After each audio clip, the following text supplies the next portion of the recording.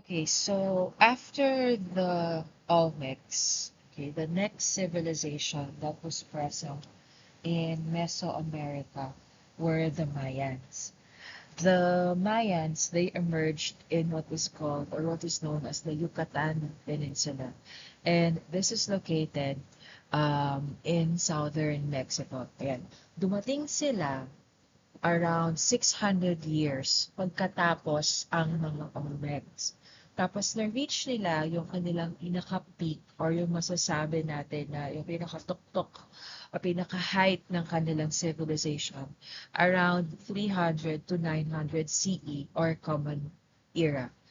Tapos ito na rin yung tinatawag na classical period of America.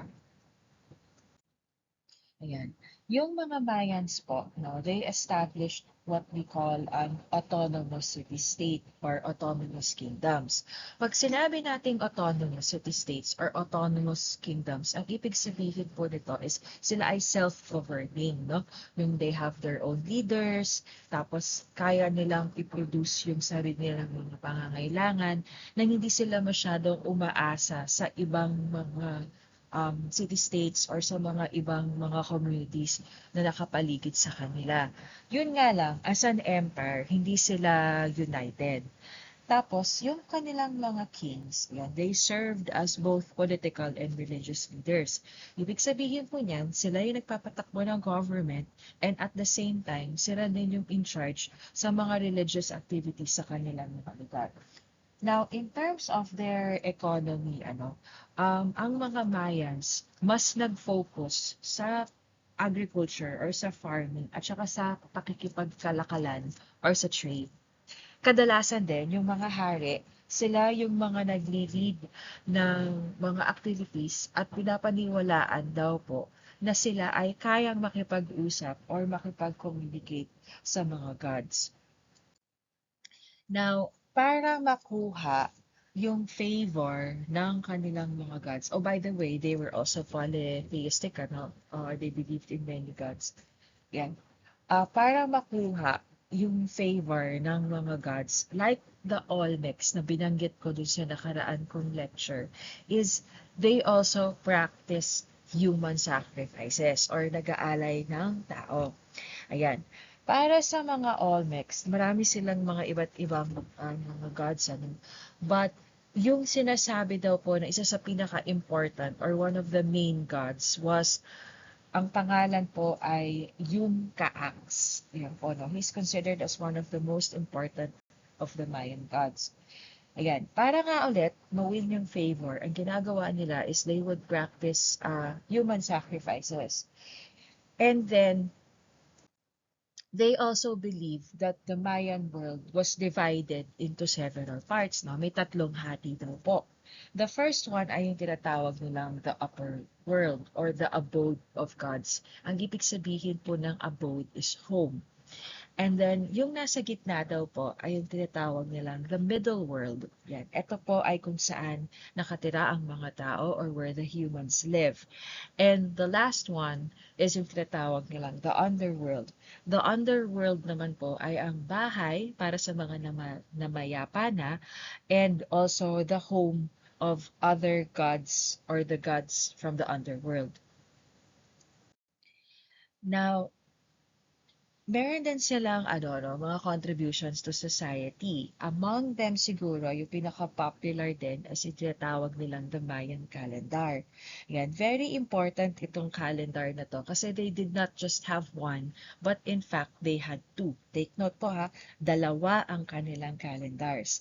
Ginagamit po nila ito para i-determine kung kailan sila magsi-celebrate ng kanilang mga religious activities or kanilang mga religious ceremonies.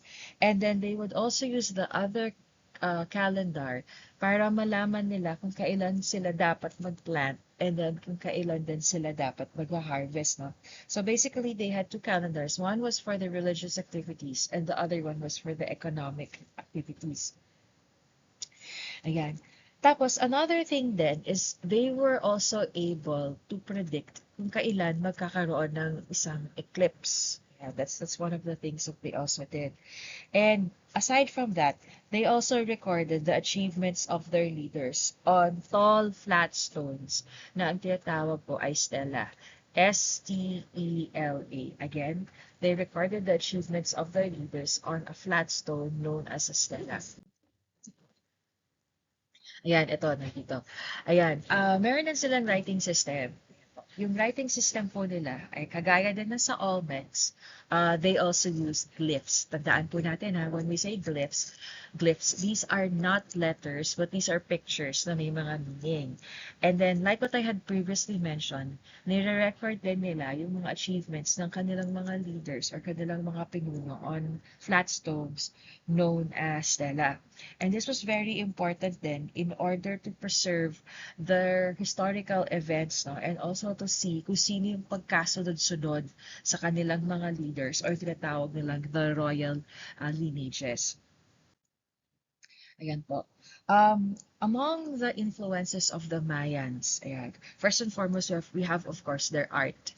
Ayan, they also had a lot of stone sculptures and pots, and just like the Olmecs, they also used the jaguar as a design. And in regards then to jaguar being considered as one of the important gods.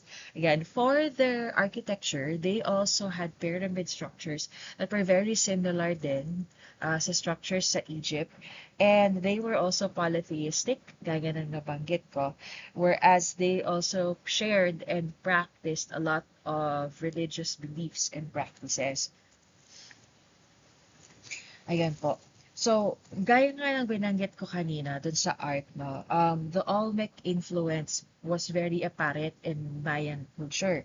Kasi makikita nga siya sa kanilang mga stone sculptures at saka sa kanilang mga pots, which reflects or which is showing the jaguar design. Ayan po. And like I always say, all good things must come to an end. Eventually po, the Mayans fell, and it was believed that their civilization ceased around 900 CE. Again, just like the Olmecs, hindi rin certain or hindi rin sure kung ano yung mga naging dahilan kung bakit sila biglang naglaho or bigla silang nawala. Ang iba, ang sinasabi daw po is possible because of the conquest of the Tolmecs, or possible daw po that there was a lot of wars happening among the city-states. If you remember, binanggit ko noong umpisa, hindi sila united as an empire, no? Watak-watak sila. Another reason din daw po is famine. When we say famine is the gutom, or possible na walan din daw sila ng pagkain. At dahil malaki ang kanilang population, no, they had a very big population, that probably meant that there was not enough food. So that was a reason din kung bakit daw sila ay nawala. So basically, hindi talaga sure kung kailan talaga sila nawala or ano yung mga reasons kung bakit sila nawala. But tumatak talaga sa lipunan, no, in history ang mga Mayans, particularly because of all of their contributions that they had given us. Now, we also have some of the important Mayan archaeological sites. Yan. One of the famous ones is a step pyramid, which is found in El Castillo. And this is known as, I hope we're pronouncing it correctly, no? It's Chichen Itza. Another one then po is a citadel. This is found in one of the rainforests of Guatemala. At ang tawag po dito ay Tikal. And they were also able to preserve another one, which is known as Palenque. I hope I'm pronouncing it correctly. No? This is known also for their sculptures and also for their architecture. Ayan. Of course, may naiwan din na legacy ang Mayan civilization, no? Maliban sa mga nabanggit ko kanina, which included their sculpture and their arts. They also left us with knowledge in terms of mathematics. Yan. Medyo advanced ang kanilang mathematical concepts at gumagamit din sila ng zero. In terms of astronomy, no, like yung nabanggit ko kanina, they were able to come up with two calendars, and nakakapag-predict sila kung kailan mangyayari ang eclipse, no? They practice astronomy or the study of the stars and the planets, and very accurate yung kanilang mga predictions and yung kanilang mga observations.